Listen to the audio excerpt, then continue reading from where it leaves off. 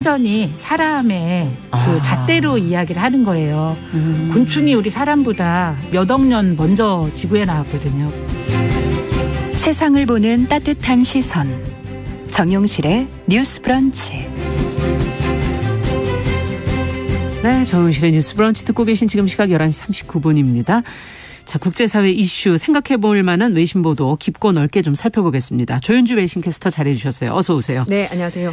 지난주에 갑자기 저신다 하던 뉴질랜드 총리가 사임 의사를 밝혔다는 게 이제 보도가 쭉 나왔는데, 네네. 언론에서는 지금 번아웃 때문에 물러나는 것이다 이렇게 지금 보도가 나왔고요. 근데 네. 정치인들이 다 힘들어서 번아웃이 많긴 할 것 같은데 번아웃 때문에 사임한다는 게 없었던 일이라서 네네. 그래서 더 관심이 지금 집중되고 있는 거 아닌가 하는 생각이 들고, 떠날 때는 아는 정치인이라는 평가와 함께 총리가 여성 정치인으로서도 마주해야 하는 현실이 또 남성보다 더 힘들었던 걸까?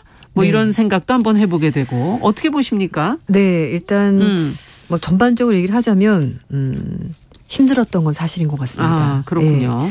그리고 이제 특히 그 30대 37살의 총리가 되면서 굉장히 주목을 받았었고, 그렇죠. 전 세계적으로는 굉장히 큰 주목을 받았던 총리였긴 하지만 또 국내적으로 여러 가지 코로나19 사태라든지 집값이라든지 네. 또 그런 좀 차별적인 발언 이런 것들 여러 가지 있었거든요. 오늘 그 얘기를 조금 제가 풀어서 해드릴게요. 네. 일단 그 사임 의사 밝힌 기자회견 내용 좀 잠깐 정리를 해드리겠습니다. 먼저 좀 들여다볼까요? 네네. 네. 지난주 목요일이었고요. 저신다 하던 뉴질랜드 총리가 기자회견 열고 총리직에서 물러나겠다고 전격 발표했습니다. 그리고 10월 달로 예정돼 있던 총선에도 출마하지 않겠다라고 입장을 밝혔는데요. 예. 2월 7일이 자신의 마지막 임기 날이 될 것 같다라고 말했습니다. 그리고 10월 14일 실시되는 총선까지만 일단 국회의원직은 유지하겠다라고 밝혔는데요. 아던 총리가 이렇게 말했습니다. 단순히 힘들기 때문에 떠나는 것은 아니다. 그랬다면 내가 총리를 시작한 지 2달 만에 떠났을 거다. 그만큼 힘들었다는 얘기군요. 네. 그래서 내가 떠나는 이유는 특권은 책임감이 따르기 때문이다라고 말했는데요. 이게 comes responsibility 그러면 이제 책임감이 따른다 이런 말인데 such a privilege lowers comes responsibility. 그러니까 이런 특권은 책임감이 따르는 것이다. 그래서 내가 이걸 떠난다라고 말했는데요. 그러면서 한 얘기가 내가 잘 알고 있다. 내가 더 이상 이 일을 제대로 할 만큼 충분한 능력이 없다는 것을 알고 있기 때문에 내가 떠나는 거다 이렇게 말했습니다. 그래서 이제 영어로 옮기자면은 I know that I have no longer have enough in the tank. 탱크 하면 저장고잖아요. 뭔가 채워두는 거예요. 그러니까 예. 이걸 그리고 이제 to do it justice라고 했는데 이게 뭐냐면 제대로 뭔가 하다. 똑바로 그렇죠. 하다. 네. 이걸 내가 충분히 제대로 할 만큼 나에게 역량이 가득 차 있지 않다 이제는. 그러니까 능력이 안 된다라는 거죠. 내가 네. 감당하기가 좀 힘들다 이제. 그래서 내가 총리직을 그만두는 거다라고 말했습니다. 그러면서 또 얘기를 한 것이 정치인도 인간이다. 사실이네요. 사실이긴. 네, 로봇이 아니라는 거죠. 그럼요. 네, 네. 예. 그래서 직무를 계속할 여력이 남아있지가 않고 이제는 가족과 시간을 보내고 싶다라고 말했습니다.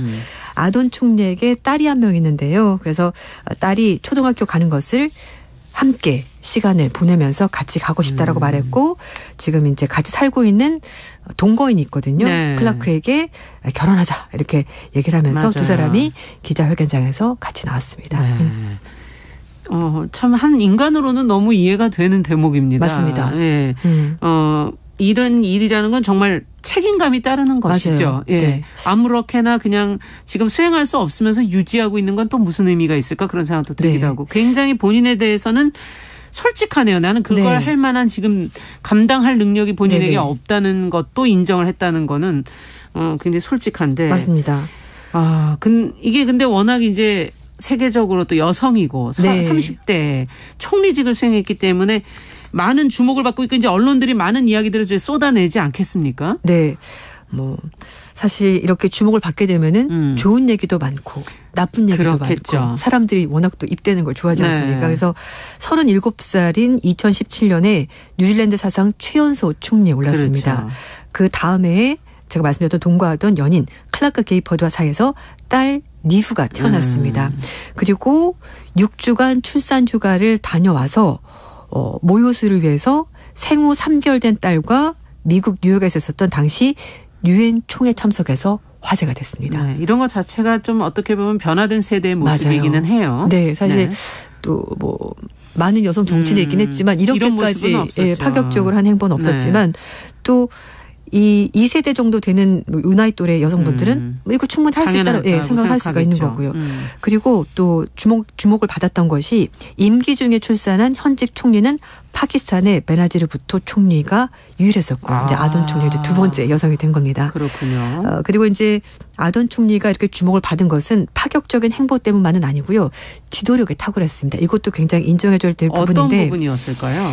2019년에 크라이스처치에서 이슬람 사원에서 테러가 있었습니다. 그때 무려 51명이 사망하는 테러 사건이 있었는데요. 그렇네요. 네, 그때 아던 총리가 스카프를 두르고 현장에 가서 피해자들을 끌어 안았습니다. 보통 이런 이슬람 사원에서 테러가 발생하게 되면은 물론 사원에 있던 사람들도 이슬람 교도이긴 하지만 그 사건을 뭐 저지른 사람도 그런 경우도 있고 아닌 경우도 있는데 어쨌든 이런 사건이 벌어지기만 하면 사람들 인식이 이슬람 교도 전체를 약간 테러범으로 본다든지 그렇죠. 약간 배척한다든지 색안경을 끼고 본다든지 맞아요. 그런 것들이 있는데 그런 거에 굴하지 않고 반이슬람 정서 확산을 막기 위해서 직접 가서 피해자들을 끌어안고 눈물을 흘리면서 위로를 한 겁니다.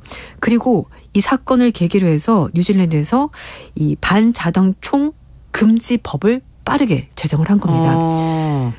미국과 너무나 대조적이죠. 그러네요. 미국은 지금 그렇게 계속 있지 않습니까? 총기 사건이. 많은 총기 사고가 남에도 불구하고 강력한 총기 단체 로비 때문에 이 총기를 엄격하게 규제를 못하는데 아던 총리는 사건이 발생하자마자 신속하게 이렇게 법을 제정을 한 겁니다. 사람들 구하기 위해서.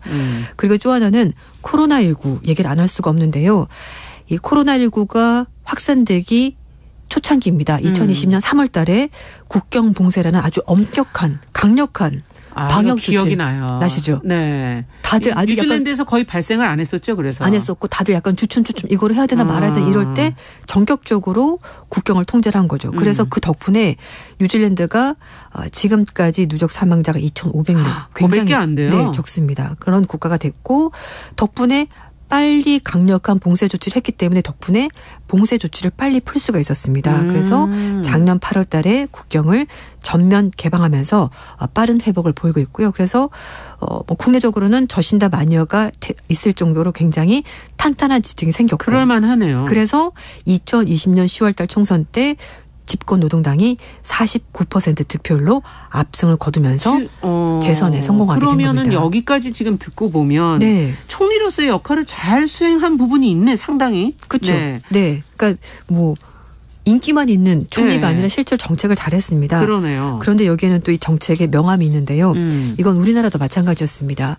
이 코로나의 확진자가 점점 늘어나는 것을 막기 위해서 우리도 사실 강력한 봉쇄 조치를 하지 않았습니까? 그러다 보니까 상대적으로 소상공인들이 많이 피해를 입으셨죠. 그렇죠. 그래서 여기도 마찬가지였습니다. 너무 빨리 너무 강력하게 봉쇄 조치를 취한 덕분에 확진자 사망자는 크게 줄였습니다만 이 장기간의 강력한 봉쇄 때문에 경제적으로 그랬겠네요. 피해를 입은 사람들 그리고 또 좀 이런 서구 국가에서는 개인의 자유를 굉장히 중요시하잖아요. 이제 그런 자신의 자유를 억압했다. 네, 이런 것 때문에 불만의 목소리가 맞아요. 있었고 서구는 좀 그 부분이 다르죠. 또 네, 문화가. 이렇게 또 뭐 자신이 이동하는 걸 조사하는 거 이런 거 싫어하고 그래서 그런 봉쇄 반대하는 시위까지 벌어졌습니다. 그랬군요. 그리고 또 하나 이건 사실 전 세계 거의 모든 나라들이 똑같이 일어난 일인데요. 코로나19 대유행 기간 동안에 경기가 너무 죽을까 봐 돈을 엄청 풀었잖아요. 네. 그러면서 주택 가격이 엄청 올랐습니다. 그럼 뭐 미국도 그렇고 우리나라도 네, 다 마찬가지죠. 다 그렇죠. 뉴질랜드도 올해 3월까지 봤었을 때 코로나19 확산 이전과 이후로 봤었을 때 한 2년 가까이 봤었는데 집값이 41% 정도 올랐습니다.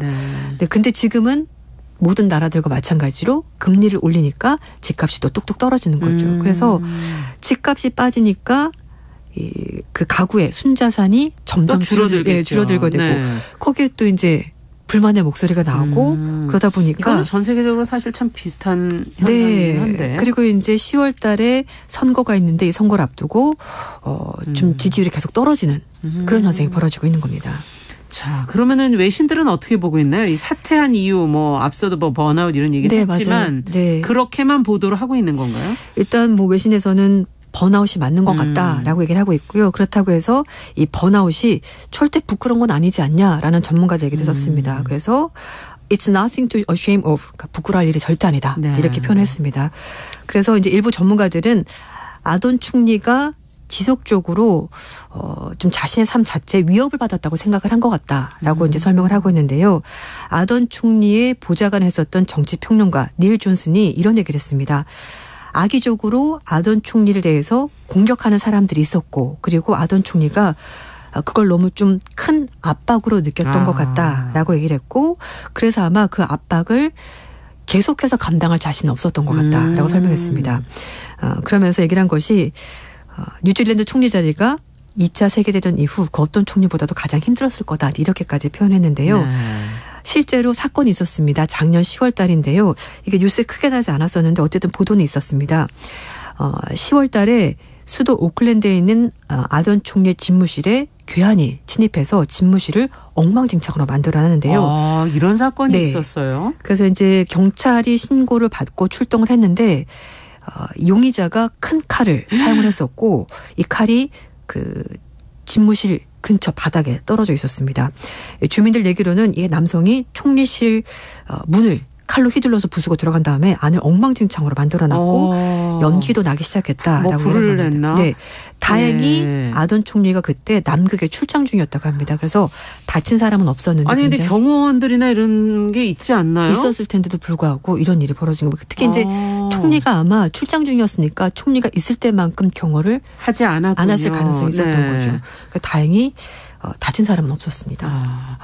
야, 이건 이 사건은 크게 보도가 되지 않아서 국내에서는 별로 네네. 관심이 없었던 것 같은데. 네. 네. 이것 외에도 또 여러 가지 사건이 있었는데요. 뉴질랜드 경찰에 따르면 이 총리에 대한 여러 가지 위협이 있었다고 해요. 2021년에 50건, 2020년 30건, 19년 18건 이런 것들이 있었는데 코로나19 백신 접종 이제 의무적으로 해라 이런 거 있었는데 그런 거에 대한 협박 이런 여러 가지 협박들이 있었다는 거죠. 하지만 아던 총리는 사퇴할 때 자신이 협박받은 거에 대해서는 언급하지 않았습니다. 그리고 집권 노동당과도 좀 갈등이 있지 않았는가라는 얘기도 있는데 오클랜드 대학 정치학과의 라라 그리브스 교수는요. 세금 복지에 대해서 많은 전문가 그룹이 있었고 다양한 정책이 있었는데 노동당과 조율하는 부분에서 이게 좀 잘 맞지 않았고 정책이 잘 반영되지 않으면서 이런 것들이 또 정책 실패 이런 문제도 있었던 것 같다라고 얘기를 하고 있습니다. 뉴질랜드는 그래도 여성 총리가 좀 있었던 것 같은데 그 전에. 네, 맞아요. 예. 헬렌 클라크 전 총리 슈카트한 약간 맞아요. 밤색 머리카락에 네, 아시죠? 기억나네요. 99년부터 2008년까지 총리를 하셨고요. 우리나라 박근혜 대통령과도 이제 만난 적이 있었는데 클락 전 총리가 한 얘기가 있습니다. 이제 BBC와 인터뷰를 하면서 얘기를 한 건데 총리가 받는 부담이 상당히 크다. 총리란 자리가 원래 그렇긴 한데 자기가 총리했을 때보다 지금이 훨씬 더 힘들 것 같다. 왜냐하면 요즘은 소셜미디어가 다 있지 않냐라고 그렇죠. 말하면서 클릭베이트, 그러니까 클릭수를 올리기 위한 미끼 기사가 너무 많고 그리고 주 7일 24시간 언론에 늘 노출이 되어 있고 총리에 대한 여러 가지 악의적인 말들, 공격 이런 것들은 우리가 지금까지 겪어보지 못한 아주 강력한 공격이었을 그러네요. 것이고 그런 거를 총리가 그대로 감당을 해야 되고 네. 그리고 이제 성차별적인 여러 가지 보도들이 있었다라고 얘기를 하면서 산나마린 핀란드 총리가 파티에서 춤을 추는 그 영상이 공개돼서 그것도 공개된 적이 있었죠. 공개가 돼서 좀 곤혹을 치렀는데 그때 아던 총리가 이 마린 총리에 대해서 지지 의사를 밝힌 적도 있었습니다. 네. 그랬군요. 어쨌든 여성 정치인들이 또 겪게 되는 그런 어떤 이중적 잣대 네. 이것도 있지 않을까 하는 생각이 들어요. 맞습니다. 네. 그래서 작년 11월 달에 산나마린 핀란드 총리와 아던 총리가 뉴질랜드 오클랜드에서 만났습니다. 그래서 우크라이나 사태 포함해서 여러 가지 이제 국제적인 현안에 대해서 얘기를 했는데 총리 두 사람이 이제 그 정상회담 하고 나서 기자회견 열었는데 네. 거기서 한 라디오 방송의 남성 기자가 이런 질문을 한 겁니다. 두 사람이 나이도 비슷하고 그렇죠. 그런 공통점 때문에 만나면 공통점이 있지 않냐 궁금하다 이렇게 물어본 겁니다. 근데 아던 총리가 기자의 질문을 의도를 파악을 한 거죠. 그렇죠. 성차별적인. 네. 그러니까 총리 두 사람이 만나서 지금 정상회담을 하고 기자회견 하는데 그렇죠. 현안이 뭐였냐 이런 얘기를 해야 되는데 둘이 나이가 비슷하니까 공통점 있지 않니? 약간 너네 파티 좋아하지 않니? 약간 이런 뉘앙스. 몰고 가려는. 네. 그런 거였습니다. 그래서 아던 총리가 딱 잘라서 말한 거죠. 버락 오바마 대통령과 존 키 뉴질랜드 전 총리가 만났을 때 두 사람은 나이가 비슷해서 만난 거냐라고 말하면서 젊고 여성이란 이유 때문에 그런 그렇죠. 해당 질문한 기자에 대해서 간접적으로 비판을 한 겁니다. 점잖게. 그러면서 아던 총리가 이런 얘기했습니다. 정치권에서 사실 남성 정치인 비율이 높은 건 현실이다. 그렇지만 두 여성이 만난다고 해서 이 여성이 성별이 같기 때문에 만나는 건 아니지 않냐. 그러네요. 라고 네. 말을 하면서 네. 성별에 관계없이 두 나라 간의 경제관계 발전을 위해서 그렇죠. 일하는 것이 바로 총리가 하는 일이다. 이렇게 얘기를 했습니다. 그리고 마린 총리도 우리가 총리이기 때문에 만난 것이다. 이렇게 말을 덧붙였습니다. 그러니까 이런 것만 보더라도 뭔가 좀 의도가 깔린 네. 그런 질문을 받게 된다는 성차별적인 거죠. 질문이다. 그럼 앞서도 번아웃 때문에 총리가 사퇴한 일이 있었다고요? 총리는 없었고요. 정치인들이 좀 있었습니까? 네, 왜냐하면 코로나19라는 우리가 굉장히 특별한 상황을 겪었잖아요. 그래서 그렇죠. 뭐 네덜란드 보건장관도 대정부 질문 받다가 쓰러져가지고 결국은 이제 장관직에서 물러난 적이 있었고, 네. 그리고 이제 오스트리아도 보건장관이 너무 힘들어가지고 임기가 15개월이는데 15년 동안 일한 것처럼 느껴졌다면서 결국 너무 힘들어서 네, 그렇게 말을 했고요. 이제 아던 총리가 사퇴 의사를 밝히자 에스토니아 총리는 개인적으로 공감이 된다라고 말하면서 총리를 하면서 얼마나 많은 개인적인 희생을 감수해야 되는지를 충분히 이해한다 이렇게 말했습니다. 사실 뭐 번아웃이라고 하면은 직장인들 누구나 그렇죠. 다 겪을 수가 있고 또 개인마다 심리적으로 감당할 수 있는 능력치가 다릅니다. 그렇기 때문에 이걸 일괄적으로 말할 수가 없긴 한데 하지만 정치인들은 또 그런 것들을 감수하고 일을 해야 되는 부분이 있고 그런데 또 다른 전문가가 얘기를 한 것이 그렇지만 아던 총리 경우는 굉장히 특별하다. 왜냐하면 정치인들은 나의 다음 선거, 그렇죠. 다음 임기를 위해서 모든 것을 감수하고 어떻게 해서든지 이 자리를 지키려고 노력을 하는데 아던 총리가 말씀하신 것처럼 솔직하게 나의 능력치는 여기까지인 것 같다. 더 이상 하기가 힘들 것 같다라고 말하면서 물러나는 걸 보면서 정치인들에게 주는 교훈이 분명히 있다. 맞습니다. 떠날 때를 아는 정치인이다. 맞습니다. 이렇게 얘기를 하더라고요. 정치인도 인간인데 떠날 때를 알고 또 자신의 삶을 좀 챙기는 것도 네, 다른 사람들한테 보기에 좋지 않을까 하는 생각도 드네요. 국제뉴스 오늘 저신다 아던 총리 얘기 조윤주 외신캐스터와 함께 해봤습니다. 말씀 잘 들었습니다. 네, 감사합니다. 정용실의 뉴스 브런치 화요일 순서도 같이 인사드리겠습니다. 내일 뵙겠습니다. 안녕히 계십시오.